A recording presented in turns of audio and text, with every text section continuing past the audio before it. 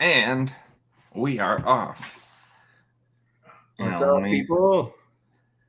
As a classic tradition, let me go get a nice little retweet here. Hold on. I forgot to copy paste the thing. I didn't do the thing. All right. Now I did. It's because you suck. Now I did the thing. All right. It's been retweeted. Boom. Same. All right. Let's go. We got some big news, my friend. Yeah. We made it. I'm just kidding. We're famous and rich. The first but on the reels, we switched our focus here to DFS and stuff, and we're lucky enough and happy to join the guys over at Yards Per Fantasy. Thanks to Alex and them for giving us a shot and being there for us, and we're excited. Let's get it. And with that, absolutely. With that, we are also guys kind of renaming our little show here. We're still obviously the guys in room 619, but we're going to be going with the Leftovers DFS show. And we go with that because we're not the guys who are grinding all week. We come in and we're scooping little bits off of Twitter here and scooping some bits off of podcasts there. And we're snagging everybody's little leftovers to create our stuff for you. So Here it is. Sloppy seconds, everybody. That's right. We're here to compile and let you know what we like and what we are using as our strategies, and hopefully they work. And that kind of leads us to what happened last week. Yeah. And boom. Cliff Notes reactions. Let's go. So I did not do well in DFS. Unfortunately, I had Dak in my cash lineup, and I wouldn't be surprised if this is his worst game by like 10 points in a game that he finishes all year. He had 8 points. Yeah, if he would have gotten like 20, 25 like he normally does, I would have been cash line. He was my first QB like early in the week. I ended up pivoting around a little bit and settled on Herbert. Very well. Who was also disappointing. It didn't matter. I had Cup. My team overall was just real solid. Mm-hmm. So I ended up cashing all over the place, hit some GPPs. It was a good weekend for me. Bets wise, I hit a 4-way parlay with Kyler over 1.5 passing yards passing touchdowns, Brady over 2.5 TDs, Russ over 1.5 TDs, and then Keenan Allen over 82.5 yards. So that helped a lot. And then if you're following us on Saturday, I got you a Cincy minus 3.5 and Penn State minus 4.5 because, of course, the whiteout. You can't fade off. Yeah. So betting-wise, it was a much better weekend for me than DFS. Honestly, you're better at betting than me. Sometimes. Right. Well, that's the thing. Like, first, if you are someone who, and you're listening to us and you're new to DFS and stuff and you're trying to learn, I'll be straight as shit with you. If you don't like losing, you need to go. You're going to lose. You're trying to win 60%. Like, yeah, exactly. Like if you're, So if losing is that hard on you, the same for you. Right. Just wait for the free bets, like my friend at work. Right. No-brainer ones. But I had myself a nice little week. Betting wise, it wasn't that great. My teaser missed 2 of the 4. I put a nice solo on the Steelers. Ooh. Yeah, and then the one I did have, I liked. I don't even remember now. So I posted it on our account after it happened. But yeah, I was kind of light on the betting market this week because there was nothing super screaming. We'll see what's up this week. Well, speaking of the Steelers, that was one of our question marks from our week 2 instant reactions. Like, Steelers D, is it not what we thought it was? Man. Well, they were already out Devin Bush, weren't they? Yes, and Joe Hayden, I want to say. And then they lost TJ Watt during the game. Yeah, and which was the big one. I don't know. I think wait and see mode for them. Okay, I'm saying. What about Giants D? That was another question mark. Because they were supposed to be like legit. I mean, that's just a bad team, I think. Yeah. So I don't think they're very good. I'm very anti-Giants. I have been the whole year. Dolphins offense. I mean, you know me. I'm not a Tua guy. I mean, I thought they would at least like bounce, like they'd take the next step. You know what I mean? Yeah. And obviously Tua got hurt early on, so he's only played like 4 and a half of a quarter. But it didn't look good before he went out, and so I'm worried as a Waddle guy, kind of. But I'm honestly more worried every time I see him catch a fucking punt. They need to cut that out. But he's so good. That's part of him, though. He's one of the greatest. Like, he had one of the most prolific, like, of recent history punt return careers. Like, no, I know, phenomenal. But it's just terrifying. I get it, but I mean, a lot of players do it at their first year or the first couple of years, and it's just as likely to get hurt there as anywhere else. That's true, because like Tyreek used to do it. So CeeDee Lamb did it a bunch last year. Yeah, if it's like a thing that they're fading out over time, I'm down for that, especially to get like the rookie on the field. Exactly. Yeah, I think once you're like an established guy, don't want anything to do with that. Yeah, it could be a big, confidence boost. He's playing against worse competition on special teams. Yeah, I mean, that's a good point. Defense. Sticking with, more question marks, Panthers D. Are they legit? No, dude, yes. Now, the one thing I heard, the only wide receiver that they played that has like any kind of like standing is Corey Davis. That's funny. So let's see what happens when they play like a team with 2 good wide receivers. No, totally. But yeah, they've been impressive. But I mean, they played Kamara, so yeah, and they held him in check. And Saints offensive line is phenomenal. Yeah, and I was gonna say because what I was gonna say is that front seven's good, and I love Brian Burns. That was my guy. Yeah, they put a lot of stock into that into the defensive line. Mm-hmm. Gross Matos or whatever this past year. Yeah, he's inactive today. It was a bummer. And then the last question mark we have is Cowboys defense. Are they better than we thought they were? I think so. I think they are. Like, I think they're better. I'm not out here gonna call them good, like what I mean. But I was expecting revolving door. Like that was the team we were gonna stream against all the time. Yeah. Yeah, I think I'm with you there. Going on to exclamation marks. These are ones where we're a lot more confident with. I am confident to say that Atlanta and Detroit are hot garbage, and you can stream against them every single week. Same. Like, especially Detroit. I love it because Detroit is showing that they're not going to give up. So that's just garbage. I love that too because that's a great point with in the Niners game. Obviously that got bananas. But like their team, they're giving up a lot of points early, but then they're not just completely crumbling. So they're forcing the other team back enough to like keep the other team somewhat, motivated. I agree 100%. Little foreshadowing there. Rams offense. Woo. Yeah, they're good. They are who we thought they were. I mean, both of us are Stafford fans. I'm a Bears fan, so I've been seeing him, and he was someone that early on he was very much a YOLO guy. And then he stopped making mistakes, but kept the production. Yeah. With I know he had Megatron, but even after Megatron left, it didn't really slow him down. It was just injuries. Yeah, exactly. It's like when he didn't have the numbers, it's because he didn't play. And then the last one, exclamation mark, Raiders offense. Yeah, I played the Steelers defense in my cash line.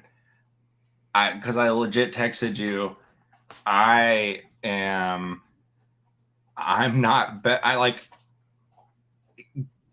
putting my money on the line. I'm not putting it in favor of John Gruden until he gives me a reason to. Right. And that was a reason to. I mean that offense was great. Coming into the year, the offensive line, big question marks. I know after blowing it up, outside of Waller, who are they going to, get the ball to? But like they showed even last week when Waller's not balling, like they can still put up points on a good, defense, in my opinion. I mean, obviously we would question mark, but like it's not like the Steelers are a bad defense. Yeah, no, exactly. And like you said, they eliminated Waller and it didn't matter. Right. And that's like a big step for that offense. No, I agree. And Carr's been playing the best of his career. Yeah. I mean, he is like, I think he's like 800 yards passing or something crazy. Yeah, he's been killing it. Very grateful for one of my competitive dynasty leagues. I have him as my other super flex, and I have Watson, who knows what's going on there. So I've really needed him. So that ends our question marks and exclamation marks. So let's move on to our bets. Thursday Night Football, we each put out a bet that we liked. Hopefully you saw it. But let's move on to Sunday slate, considering this game's going right now. I have some games I like. I really like Raiders minus 4.5 versus the Dolphins. Oh, wow. Yeah. I'll preface this off with I was out of town all week with work and they kept us very busy after hours. Mm-hmm. And I had like no real research time this week, so I scrolled through the lines and I found one that I feel great about, and that's I'm gonna play it. I mean, I already did, but you just gave me another. What's your one that you like? Jags Cardinals over 51.5. I like that. I mean, I'm a little nervous about the Jags scoring enough, but I think because now that the Cardinals dropped 35. Yeah, if not, that's what I'm saying. 31, 31 to 23 gets the job done, and they're gonna score 40. Yeah. So Raiders, I love. I will be placing a big wager. The next one I like is Chargers plus 6.5, but I would wait because that line's gonna run against the Chiefs. People are gonna the Chiefs, and I bet you if you wait long enough, you can get Chargers plus 7.5, or at least plus 7, and you get the push if it's a touchdown. Yeah, so you get the extra hook. When I scrolled through quickly, that was one that caught my eye. Mm-hmm. Just because it's a lot of points. Game. And the Ravens obviously beat them, so they covered against the Chiefs, and then the Browns covered, I'm pretty sure, or at least they only lost by 4, so they would have covered plus 6.5. Mm-hmm. And so Chargers easily could have won that game against Dallas. They had so many touchdowns taken back because of penalty. Oh my God, it's ridiculous. It's just the Chargers are going to charger, so yeah, they'll keep it close. That's what they do. My last one is Baltimore at the Lions over 50. Again, a little bit of foreshadowing, but I just think that I think the Lions aren't going to give up. I think the Ravens aren't as good on defense as they have been recently, and I just think they're going to score in that game. Yeah. Same thing, like 34 to 21 wouldn't shock me. Right. Something along those lines. Right. I don't think they can stop Baltimore, and I think that they're just going to keep going until they're going to keep buying them kneecaps. I was just going to say until all the kneecaps are gone. Right. Protect your knees, Baltimore. Watch out. All right. So those are our Sunday bets. Obviously, player props don't come out yet, sadly. We might post one or two that we really like if we like any. But you can kind of guess what players will like based on what DFS players we like, and that's our next segment. There's a lot of overlap between some of our DFS plays and our prop bets. Go figure. Players, we're willing to bet on for DFS are the players we like for to get some of these yardage props or touchdowns. My favorite cash play was my number 2 favorite cash play last week. It's Cooper Kupp. 6,800. That's still too cheap. That is. Facing the Bucs backup cornerback. Back. Fuck. You're right. I gotta do that. I mean, he's only 6,800. This is Cooper Kupp's world and we're just living in it. I have some Cooper Kupp stats for later in the show. He's a Guan, and he's just play him and forget him. He's cash and GPP. Yeah, right. What about you? What's a cash play? I really like Eckler this week. I mean, Chubb had a nice day against them. How did he only get like 11 carries or whatever it was? Bullcrap. Yeah, I don't know. Obviously the Ravens can run, but like we're gonna be in a high scoring game here, more than likely. I'm sure it's got a 50 total. I haven't looked. Chiefs Chargers. Oh, it's like 55 or something like that. Yeah, I'll say I'm sure it's over 50. He catches a lot of passes. Catches lots of passes. He had like 7 last week or something. He's 7,000. Has he scored yet? I don't think he's scored yet. I believe he scored. Oh, he did. You're Could right. be wrong. Yeah, no, he scored week 1. Yeah, he's been a top 10 back in the season. But no, he had 9 catches last week. I was gonna say I thought it was 9. I was just he hit your cash value without scoring. And, I agree. And that's huge. Agreed. Like if I'm comfortable with you returning your value without that number being touchdown dependent, big plus. Yeah, that's cash. You know what I mean? It's a cash play. My next guy is my heart and soul. I would give my ankles or knees or whatever body limb I needed to give for him. And that's Kyler goddamn Murray. QB1, most electric player in the NFL. If you don't like him, you don't like fun. Certified short king of short kings. Destroyer of worlds, mini Thanos, whatever you want to call him. He's 8,300. How? Yeah, he could be 9 and it's fine. Yeah. More on him later from me. This is my biggest pivot point this week, I think, because it's him or Daniel Jones, and same, but Falcons also. He runs at least. I'll give you that. Dude, go look at his game log. I don't want to. Yeah, that's good. I've seen it before. I've seen him play. It's not good. No, I agree. It's not fun to watch. It's good for fantasy. He has 20. He got 22 versus Denver, man. That's a good defense too. And then he played Washington and got 29. I know he runs. And now he's playing the Falcons. He runs. I know. So I'm locked in on him for my quarterback right now. But yeah, Kyler's gonna just wreck the Jags. I just feel like if I have to spend 8,300 and it's going towards Kyler, I'm confident that it'll be a value 8,300. Well, yeah, because like that's like just spending up on a good running back But more. I mean, I think it's safer. No, I'm agreeing with you. I think I either go really high or really low when it comes to quarterback and cash. Yeah. My next one is Hawkinson Hawk, as I like to call him. He's 5,200. That's too cheap. Yeah, he's been very consistent. He catches a lot of passes. He doesn't get a lot of yards, but every 6-yard pass is 1.6 points. You know what I mean? So add up quick. They'll start stacking, man. He scored a touchdown in both games. I think, like I already said, Detroit's going to score. They're going to give up. I'm going to piggyback off of your point about the 1.6. Like that stuff matters. I literally went from second place in a GPP sitting like $7,500 or $7,500 or something.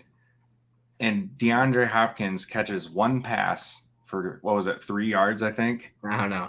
But we need to keep a tally board every time you bringing home a GPP. Yeah, probably. It's like Matthew Berry when he references he was in Avengers Endgame. I mean, yeah. Why wouldn't you brag about it? Yeah. But anyways, the point being, this one catch for 3 yards in overtime before they kicked a field goal gave him the 100-yard bonus and put me over the guy in first, and I won $15,000. One freaking catch. Hey, it all counts, right? Yeah. So those are our cash plays. Unless you had another one. I'm going back to the well on Keenan Allen. So you're going Keenan and Eckler in cash? Probably. Wow. Hashtag. I don't know. I might pivot Allen down or up to Cup because it's only 200. Yeah. Keenan is underpriced. I will give you that. Oh no, here we go. I'm definitely playing Marvin Jones for 4.9. See, that's where I thought you were going, man. Or I saved the one I thought you would pick too. I'm going to use him in GPP now that you took Eckler from me. So, one of my favorite plays for GPP, homer alert, is Justin Fields. He should have had over 10 points last week, but Allen Robinson dropped the easiest pass that he's ever dropped. It was a 35-yard touchdown.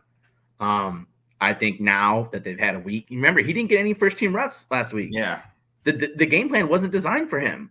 Yeah, it makes a big difference. So don't get me wrong. I think Cleveland is going to beat the Bears and maybe beat them so bad that there's garbage time. But I think he's going to run a lot. I think he's a very good candidate to score if they're able to get into the red zone.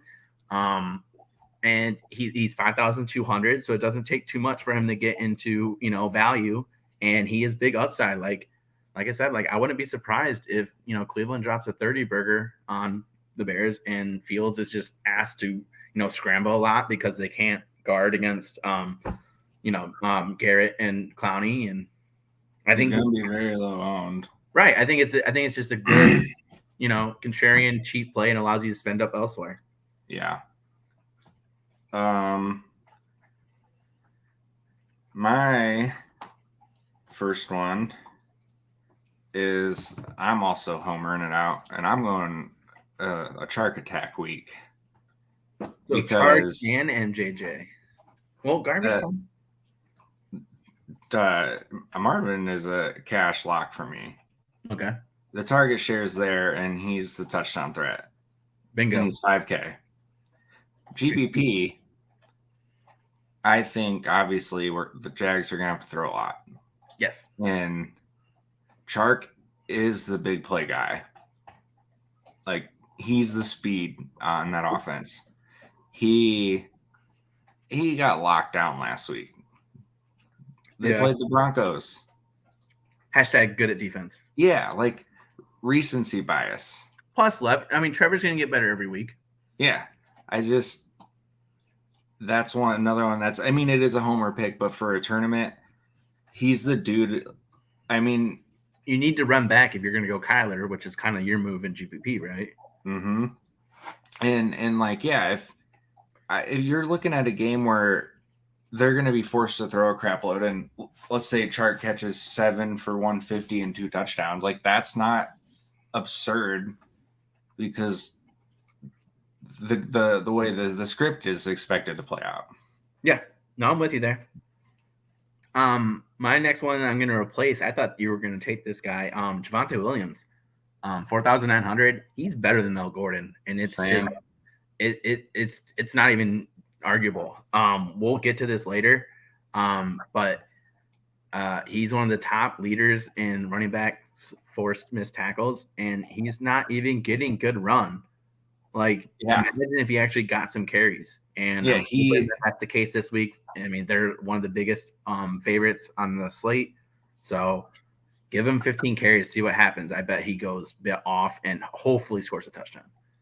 I am playing him in cash. That's how good I feel about him. No, I think it's good. I'm a bit, I say a lot. I'm a big eye test guy, and I'm also a Jags fan. So I watched the whole game.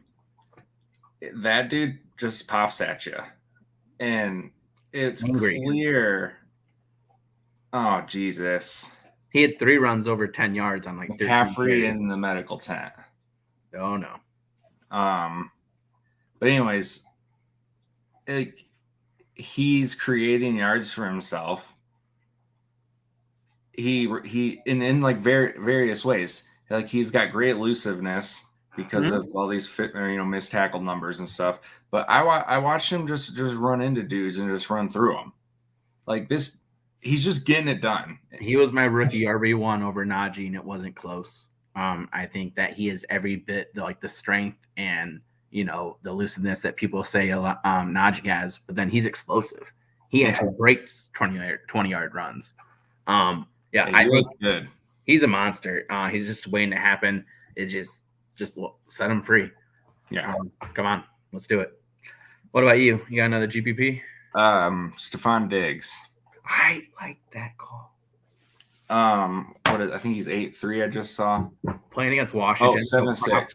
And he's playing versus Washington, probably low owned. Yeah, for all those, he's 7'6", which he's got a price drop. Like, he should be in the 8s every week. Always. They had 2 tough matchups to start the year. I mean, I know they put it to Miami, but like when Tua is out of that game, they ran it. Yeah, exactly. So we haven't seen this offense blow up yet. I think people are overlooking them this week as a result. And if Kyler wasn't a thing right now, Allen would be my GPP quarterback. I like it. My last one is I'm really torn, and so I'm going to do a twofer because of the same exact price. And I'm debating in my main GPP lineup which one to have as my flex. It's Tyler Lockett, but I'm afraid because I feel like he's going to be highly owned because he's just been killing it. Or Darren Waller, and I want to go double tight end there because I think that they're going to torch Miami, and if you attack Miami, it's not good with the wide receivers. It's up the middle. Yeah. They have great I love Waller. 7,400. So I'm really torn there. I don't know which way to go. My heart really wants to go DK because I feel like he's going to be super low owned, but I don't trust him at this point. And I just saw what Minnesota did to DeAndre Hopkins while letting Rondale Moore eat like crazy. So, I almost said Lockett as my second one. He's a money play. And it's interesting that you have that vantage point on it because when I first saw him, I was like, I think he's going to go under the radar again. He's like wide receiver 2 in the season. Yeah, I know. But because of the nature of his inconsistencies, from week to week, I just had this feeling that people are again going to be like, "Oh, he did it 2 in a row. There's no way this week." And the matchups there again. Yeah. No, so, I don't know. I think that's a great GPP play. He's always a great GPP play. His upside is, I don't know if another wide receiver has his upside. Like his home run games are better than anyone else's. Easy. I would say, running back wise, it'd be Henry, but just wide receiver wise, give me Lockett as far as upside. Yeah. A lot of options there for cash and GPP. I think most of my lineups are going to have Hawkinson at tight end. I think that's a lock. I think Kupp is a lock for both. Eckler, running back's kind of hard this week. I can see that's Eckler. Why I wanted to pay for one that I definitely felt good about. Okay, so definitely be looking at their props. Hawkinson, if there's a reception prop, I'd be looking at it. Shout out our boy Ryan. He's been playing that and cashing. So, moving on. Let's do story time. Let's tell our story. So, there were some options here. We thought Minnesota, Seattle was a good option for story time. I think that one's gonna be a little bit more higher owned, has some major studs in it. But we're going Baltimore at Detroit as our story time, like we kind of teased earlier or foreshadowed. Yes. And for anybody who might be new, story time. We pick one game. We write the story of how the game's gonna go, and we build a GPP lineup to match. And so kick it off. Where are we going? So we think that Baltimore is going to, put up a lot of points, like we already mentioned, and we think that Detroit is going to be behind, and then just kind of in garbage time, and they're just going to be biting those kneecaps and gaining those yards and catching those receptions. And so we're going with Goff, not Lamar. Although if you want to go Lamar, I will not blame you. But Goff is only 5,200. I almost picked him over Fields. If we didn't go Detroit for story time, he would have been my number one GPP. He's been better than I thought he would be. He got like 28 and 20 points against like San Francisco and Green Bay. Like no slouches. You know what I mean? Like he's 5,200. Yeah, exactly. I mean, it doesn't take much for him to hit value. And then we're matching him with Hawkinson. We already mentioned him. I think Hawkinson he'll probably be chalk, but whatever. I'm taking it. And then the other side, our run back will be Hollywood Brown, been killing it. Wide receiver 8 on the year. He's only 5,600. And then this one's a little bit risky. Running back, we're going Stefan Williams. If you want to save a little bit, you could go Latavius Murray. But I just think Stefan Williams is like more likely to bust a big one and like absolutely phrasing. And it's like he's been over like 60, 70, scrimmage yards both games. And like if he can just break, one loose, he's got the juice. He looks like he's right there. And plus, like that offense it's just set up. Like if they want to stop Lamar, like you got to give somewhere. And if I was going to give somewhere, I'd be like, all right, Taysom beat us. Yeah. You know what I mean? And he's 5,800. So it doesn't take much as well for him to break value. And so those 4 players leave you with 28,000 and like $200 left. And that's a running back, 2 wide receivers, a flex, and a defense. Like it does not take much to make a stud-filled lineup around those 4 guys. No. And I think that's the part with taking Goff, you get to like look, you could throw Diggs onto that lineup. Easy. When you throw Javonte into there as a cheap guy, and you're sitting at you're sitting at a crap load of money. You can take some of the studs from the Minnesota-Seattle game that we were just talking about as like a secondary, run back. Mm-hmm. So I know, shout out our boy Alice Mizzle. That's one of his favorite moves to do. So yeah, I think we'll make sure that we get in the same GPP and we'll compare, and we'll see how we do. We forgot to do that this week. We'll remember for next week. We will see who beats each other in our storytime lineup. Mine wasn't good, I'll tell you that. Yeah. It wasn't great. And you would think it would when Henry bust out for like 50 points. Right. But and that's literally what we circled the narrative around too. I know. But it happened in the weirdest way because it was all second half yards. Yeah. That was way strange. That game was just bananas. It was a late game slate. I was already feeling sad because I was already done because Dak wasn't doing bull crap.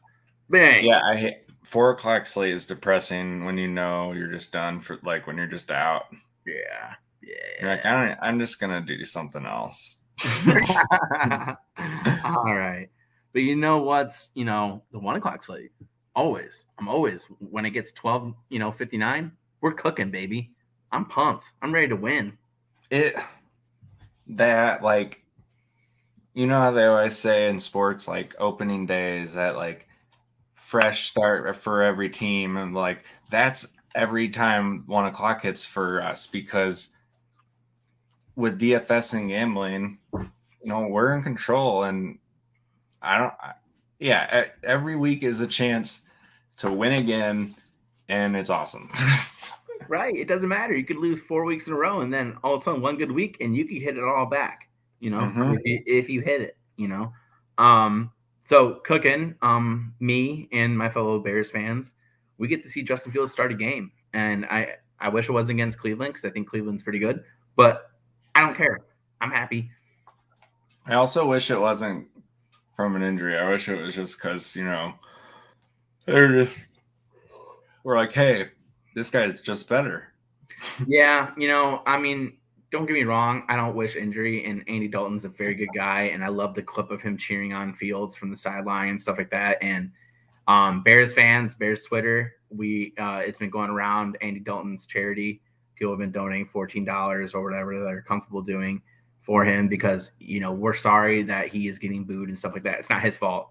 It's just we love Fields. And if you want to make fun of us, make fun of us. But, like, we've been so deprived. It's not his fault, Yeah. So, obviously, we're winning. Another cooking, Penn State wideout, one of the best teams in sports. Yeah. It was rocking.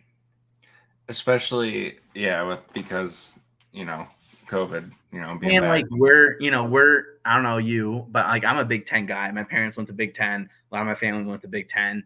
I mean, I went to Ball State, but like I still love the Big Ten. So like seeing them versus SEC and then winning, awesome. Yeah. Now that I've gotten into college football more the last few years because of betting, Big Ten football is usually pretty fun to watch. So yeah, that was an awesome game. I want to go to a Penn State whiteout game. That's on a bucket list. It has been for a while. It's so cool. Another cooking is going to our podcast's heart. It's Pitts. Did you see that reach back catch he had? Mm-hmm.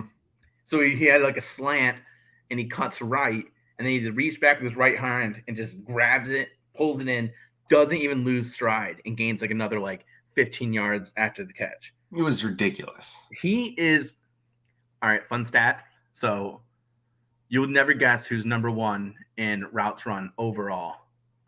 It's Waller. He's the number one in routes run out of any player, and so obviously he's number one for tight end. Guess who's the number 2 tight end in routes run? Mr. Pitts. It is Mr. Pitts. Ooh. Dude, his breakout, him and Javonte's breakout happens in the same week. I might just instantaneously combust. That'd be bad for the pod. It would, but it would also be great. Be straight nirvana for you on the week that Fields makes his debut. Oh Lord. Yeah. Love to touch the hiney. Yeah. Too much. You're gonna need a laptop to hide your downstairs. I need the opposite of Viagra. Do they make that? I doubt it. Old age. I can't believe I can't imagine there'd be a hot market for that product. Whiskey? Okay, yeah. Oh God, Caffrey officially ruled out. That's fun. Oof. Yep. My parlay is done. You were a cruel mistress. Speaking of another one of my boys, hashtag Short King, Rondale Moore, breakout season. He's averaging 14.3 yards after the catch, 4.8 yards more than anyone else. Okay. I think Rondale is very good, and I think he's gonna have a great career. Tread lightly, my friend. I know. But I think we need to pump the brakes a little. All gas. To me, this has recency bias written all over it. All gas, no brakes. He took that one play to the house. Yes. And if you just get rid of that one play, is pedestrian day. He had like that one play, dude. What? He had like 7 catches. Yeah, but I'm saying his yardage wasn't good. So like, I'm just overall, and an overall statement. I just think the community needs to pump the brakes on him a bit. Okay, but I mean, if you take away anybody's best play, it's not great. You know what I mean? Like absolutely. you can play funny numbers with anybody. He's going great, and he's hands down exceeding expectations. There's no doubt there. I get it, but the general reaction this week was that like he's an All-Pro already. No, I don't think that's true. Oh, dude, if you think All-Pro or Rookie of the Year, then yes, I think pump the brakes. If you think quality NFL player that's ready to go, I don't think that's overreacting at all. Oh, no, see, fantasy Twitter this week, to me, the vibe was like greatest thing to ever happen. No, he's a wide receiver 3. And that's what I'm saying is like he looked great and he's going to be a great receiver, but we just can't expect what happened this week to be his rookie season. I mean, of course that, yeah. I mean, don't listen to those people. Those people are nuts, though. That's what I'm saying. Like, he's 5K, and maybe I'll pair him in a GPP with Kyler, but I'm not even doing that, and I love I would say 5K is too much for him. I wouldn't risk that. No. But yeah, I think just because I think there's better options for 5,000. You know what I mean? Mm-hmm. It's not necessarily a knock on him. But yeah, I mean, I don't think if anyone thinks he's like an all pro or like a fantasy like must start, like I think you're reaching, then yes, I would agree. There are a lot of people in the fantasy community who are like talking about him as if he's like already like a must, plug and play. Yeah, well, there was people drafting Najee in the first round in redraft. I mean, people are idiots. I mean, that's true. I don't know. Whatever. But anyway, Rondale, short game. Love him. We no slander are most definitely not idiots. For sure. I'm still thinking no slander on Rondale. Hashtag short gang. But that's like the double stack for you. Oh, I know. Because it's shorty to shorty. I know. In our startup league, I started both. And like I feel like I was taking a risk starting Rondale on the flex. And we have 2 flex plus a super flex. No, we have 3 flex, right? Yeah. Yeah. So I mean, yeah, I think Rondale is a man. But obviously he's like I said, he's a wide receiver 3, like in a good league. Like there's plenty of wide receivers I can name over him. Anyway, moving forward, Baltimore Ravens, they played the Farmer Dell for Michael K. Williams, known as Omar for those who love The Wire. I'll take this one, Zach. Omar, all-time character, maybe one of my favorite TV characters of all time. And so for them to do the, his theme song where he whistles and scares everyone, Omar coming. I thought that was so cool. And a little preview to our Reds talk, our Blitzball talk. Joey Votto did the same thing, and he had a pretty good game that game, didn't he? Yes. Did the Ravens? Yeah. I've always heard Did the Ravens win last week? Oh, they did. Oh, and they beat the Chiefs? Just thinking. Just out loud, just thoughts are popping, word bubbles. Just brainstorming. And we're not trying to make any conclusions. No, never. Steer anybody in any direction. These are just facts. But yeah, R.I.P. Michael K. Williams. He was a great actor. He was in Community too. Phenomenal show. Shout out one of my students who loves Community, and him and I just every time we see each other, just see each other with a different version of Troy and Abed in the morning. So yeah, he's the best. Our second to last cook-in, Josh Rogers. This play was phenomenal. You saw this, right, in the DMs? Yeah. All right. So Jazz Chisholm for the Marlins, he hit a home run on his way back. He did the Euro step and stepped on home. Very cool, right? Low key, loved it. So a couple nights later, he's up against Josh Rogers, pitchers for the Nationals, strikes Jazz Chisholm out. And so what does he do as he's running back to the dugout? Hits him with the Euro step.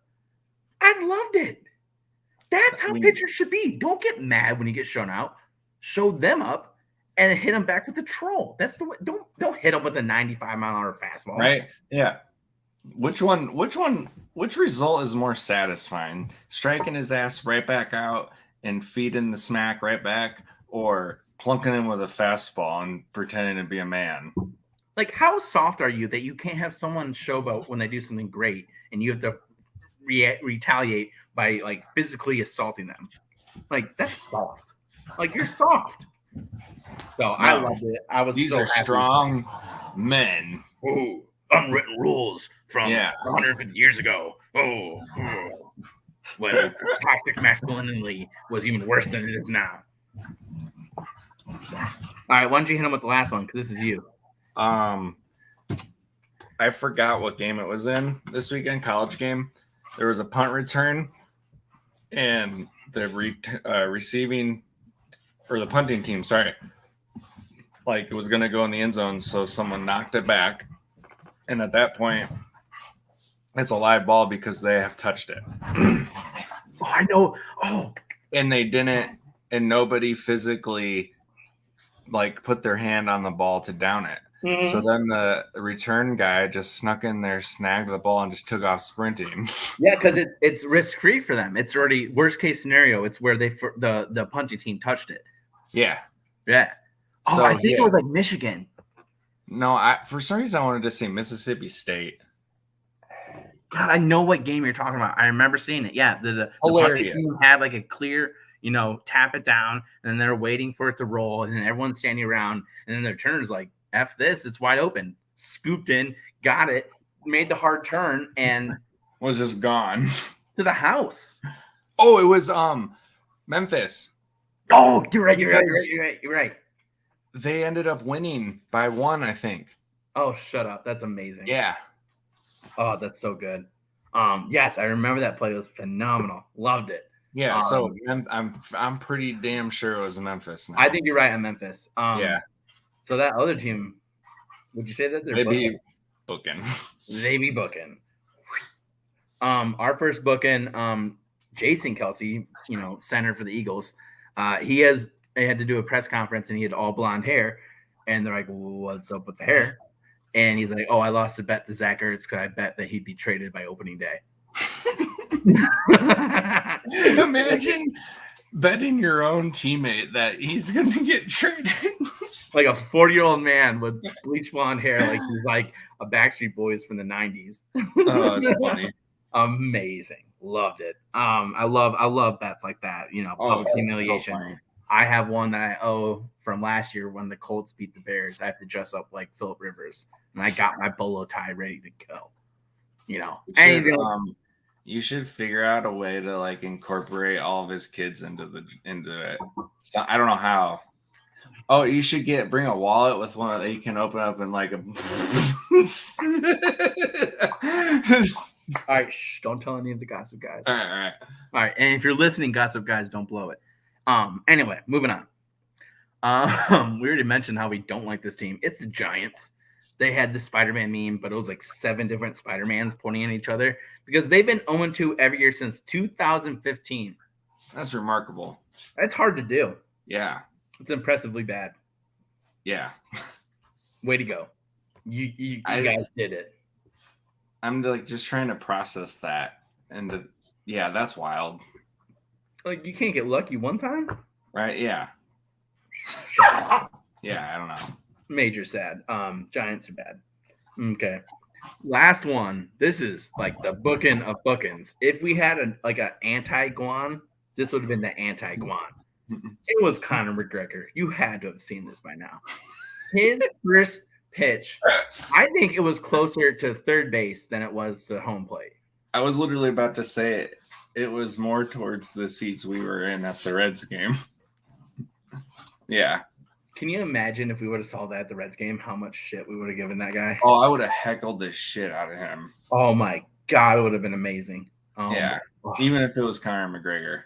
I mean, he's way smaller than you. You could take him. He could beat mine. He's my size, so he'd blow my ass up. But he's kind of a little guy. But anyway, yeah, that was a horrible first pitch. Also, Conor McGregor, if you're listening, I'm sorry. Don't beat me up. Friend of the pod. We already friend of the pod, Conor McGregor. Friend of the pod. Too late. You can't get mad. I'll drink your vodka or whatever it is. Yeah, I think it's gin. It's gin. Whatever. That was Ryan Reynolds. I just remember he punched an old man because he wasn't drinking his alcohol, and the old man just took it and just stayed at the seat. He's like, "Yeah, I'm good." Yep. Hashtag Irish.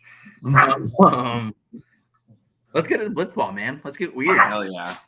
So if you follow our Twitter, we had some tweets live from the Pirates at Reds game. Hey, the wackos, settle down over there. My boy Zach had some business in Cincinnati, and I live in Indy, and that's a short drive to Cincinnati. He's like, "Yo, let's go to the Reds game." And I'm like, "Okay." I haven't seen you since like New Year's 2 years ago, I think. Like in person. Obviously, we connect all the time, but virtually, but never in person. And so we had a blast. It was so much fun. It was great to see you, and we howled like it was back in like 2009. You know what I mean? But instead, we had heckling baseball players and drinking beers, and we had a few. Yeah. That was okay. Ohio is booking because they don't have gambling. Get it together. I had obviously a good weekend myself, so I slapped 50 on the Reds, so that made it way fun. Although you lied to me a little bit there. No, you weren't listening to me. I was driving and working. So you didn't read me properly. No. You were subterfuge. Originally, it was supposed to be Reds -1.5. Yeah. But with that profit or with that profit boost or whatever, it made the money line bet almost plus 100. So I was like, oh fuck, I'll just switch it. And so yeah, we had a great time. I got ice cream twice. He did. Yeah. And pretzels. Yeah. Twice. Dude, they were not even good the first time. No, we waited way too long. We waited too long. Yeah. We got hot pretzels. Yeah, it's because we were on the way out, and I was like, yo, I'm going to get another pretzel. It was go At that point, they should have been giving them away. They should have. They were crappy.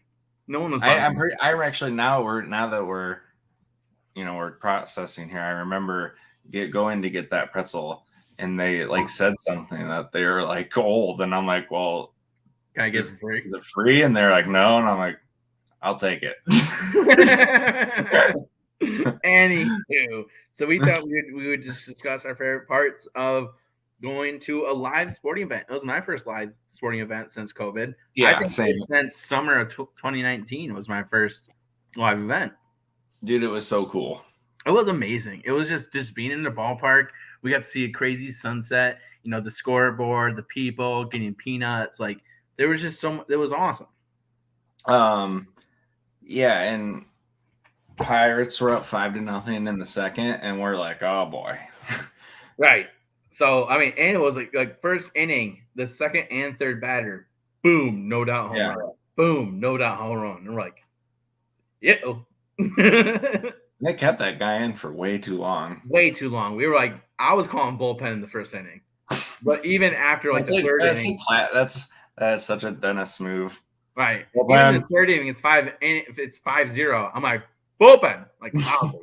And then he got to bat. I'm like, what are we doing here? Why are you letting him bat? That was the worst part. Yeah. So my favorite part was the Reds covering -1.5. Spoiler alert. Mm-hmm. Easily part. We got rowdy. Okay, so my favorite part was what could have been. I made a rowdy 7 legs same game parlay, including the Reds would win the 5th inning. Would outscore them in the 5th. Like, not like, first 5 money line type deal. Like, no, they have to win the 5th inning. And so that was honestly a mistake because I thought I was getting the first 5 added in. So I was like, oh yeah, I'll add that in. Same game parlay needs to get that fixed because I made the same mistake even after you told me you made that mistake. It looked like it's the money line for the first 5 innings. Yes. And so I thought I was just tagging that onto my already big parlay and increasing the odds slightly. I was like, cool. But then when I figured it out, I'm like, uh-oh. Well, anyways, they're losing. They're coming back, and our boy Googly Eye Joe smacks his second dinger of the night to take the lead. It was great. That's my second favorite part was Votto and Suarez going back-to-back home runs to take the lead in the 5th inning when we had bet that they were the Reds would be minus 0.5 in the 5th. Yeah, that was electric. We were getting rowdy. I'm pretty sure we were cheering harder than the Reds fans. Oh yeah, we were definitely. I had comments from friends on my Snapchat saying that things got weird. I loved it. Things got weird. Oh yeah, because of me jumping. Yeah, we were doing the I'm goofy. Shout out Jimmy Neutron. My next favorite thing was we had great seats. We were like 7th row for $25. It was phenomenal. Right behind third base.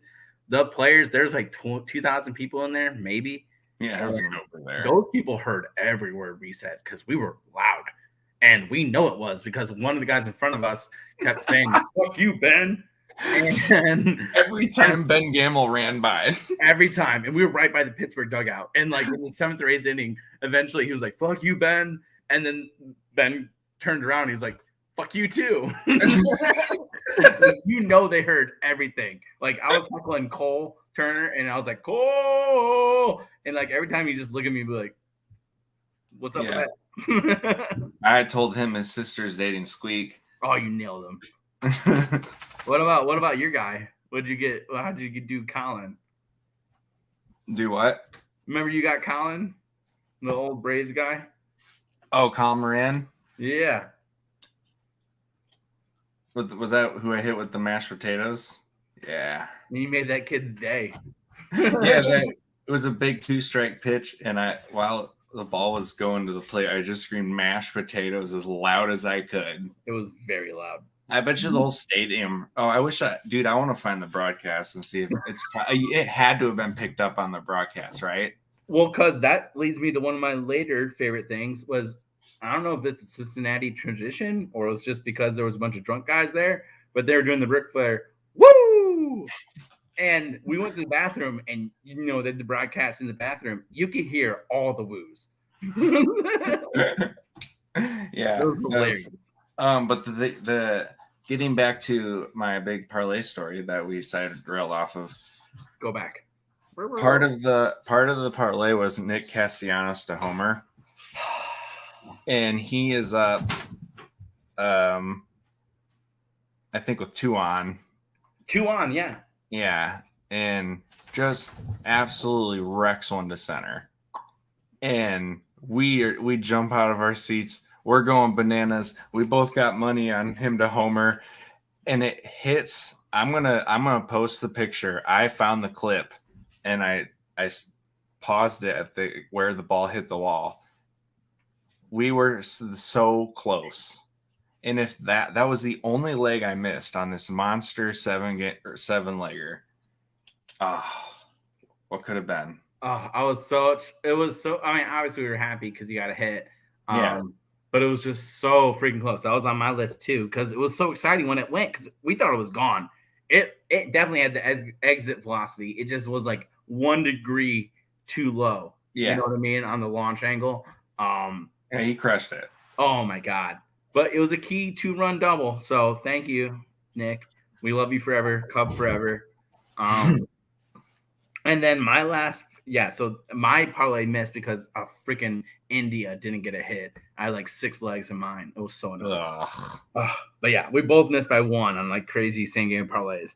But anyway, my last one was just the people.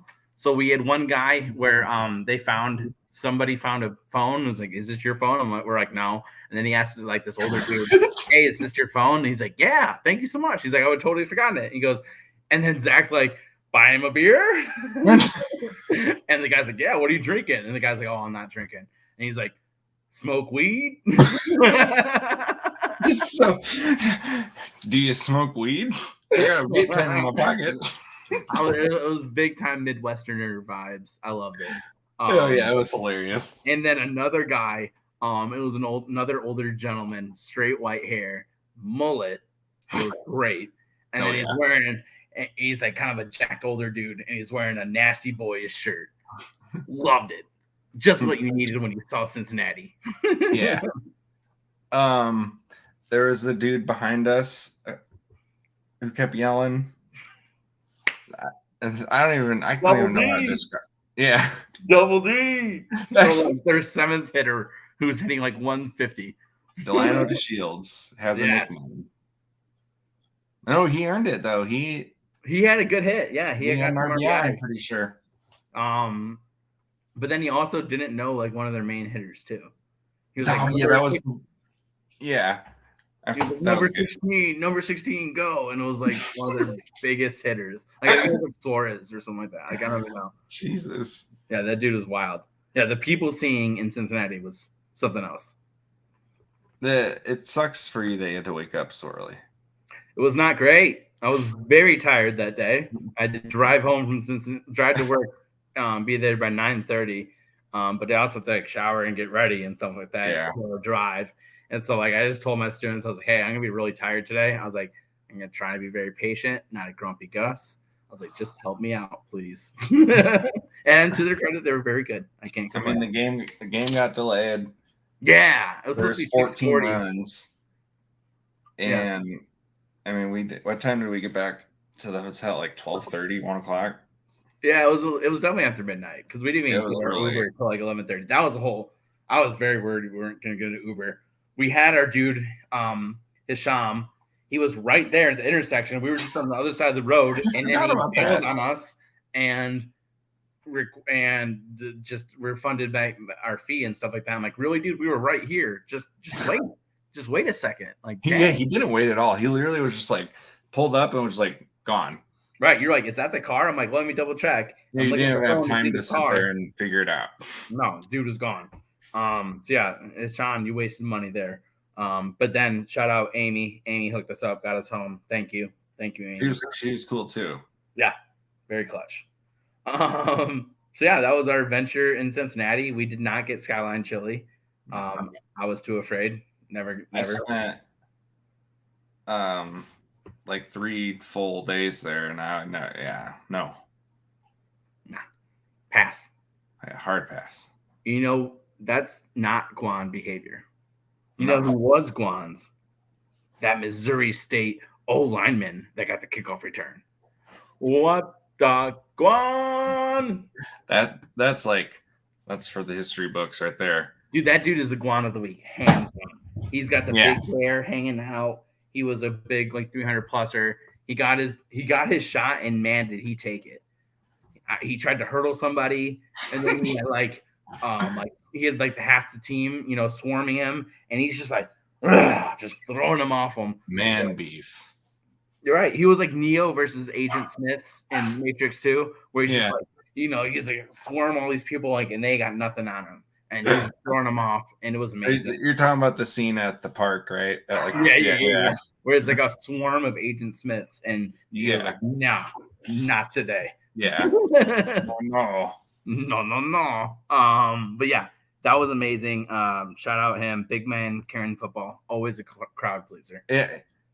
Never okay, because whether it goes great or poorly, it's a fun ride. We're here for it, and I'm game. Yeah. Our next Guan is Kyler Murray. I already mentioned it. He's my boy. He has 9 touchdowns through 2 weeks. Pretty good.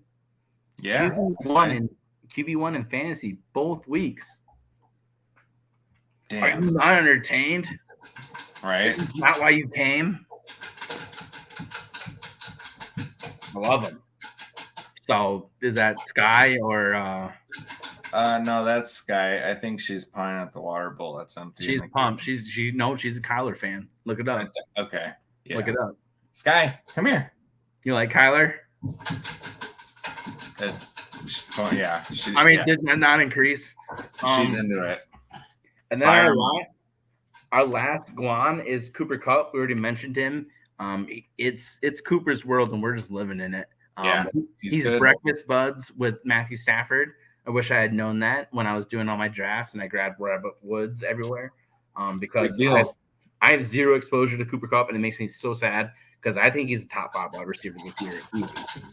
Yeah. Think about if somebody were like Ron Swanson, that's like a breakfast bud. That's some Ron Swanson type shit. I just learned about this now from you. Dude, I have a not safe for work joke. Should I let it go? No. Okay. Anyway, so Cooper Kupp, he's the man. He's a 30 through 2 weeks with small sample size, but still 38% target share. That's amazing.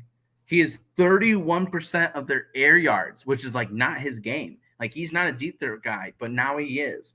He's getting 3 tons of their air yards. Amazing. 133 yards per game. Are you kidding me? 133 and 3 touchdowns on top of that. He's just built different this year. I'm gonna play him every week in DFS until it burns me. He's just different, Okay. Doing things that he didn't do. He wasn't a deep threat. He wasn't a touchdown guy, and now he is. I love it. Here's part of my scouting process that I look back on and I slap myself for, because now that I'm thinking, and this is what I love, what we do here, us just talking to each other, it gets your brain going. And you talking about this had me thinking back. Stafford has been making dudes good in slot for a long time. Yeah. And Kupp is more than a dude. So, yeah, this all adds up, and I'm stupid. Yeah, I mean, it's just, yeah, I just he's a difference maker. Like we say, he's my number one player of the week. I will die on that hill. I will keep playing him. And I'm not a Kupp guy. I was big time Bobby Trees. I love Bobby Trees. You can look back at previous episodes. I talked about how much I love Bobby Trees. And so I will not be playing Bobby Trees until Kupp shows that he's not getting a 40% target share. Like Bobby Trees was one of my season long bets. Like, yeah, I know it's bad. But you know, that's what happens. We're the leftovers. We're just making it happen with what's left. Yeah, that's what we do. That's all I got, buddy. Cool. Well, I got some dogs who are out here wrestling. Turning my living room into the octagon. But yeah, that wraps up our first official podcast, man. We did it. I'm gonna hopefully figure out how to, when we end the broadcast, figure out how to get audio uploaded. You know, it's our next step. We're getting there. We're learning. We're amateurs. We're amateurs, but we're damn good at being amateurs. Yeah. But yeah, catch us next week, Wednesday. Today was Thursday since I was out of town. So we're going to go Wednesday nights so we can get some Thursday night action. Stick with us. We're going to keep getting better. We appreciate all of you. Goodbye, friends. Deuces.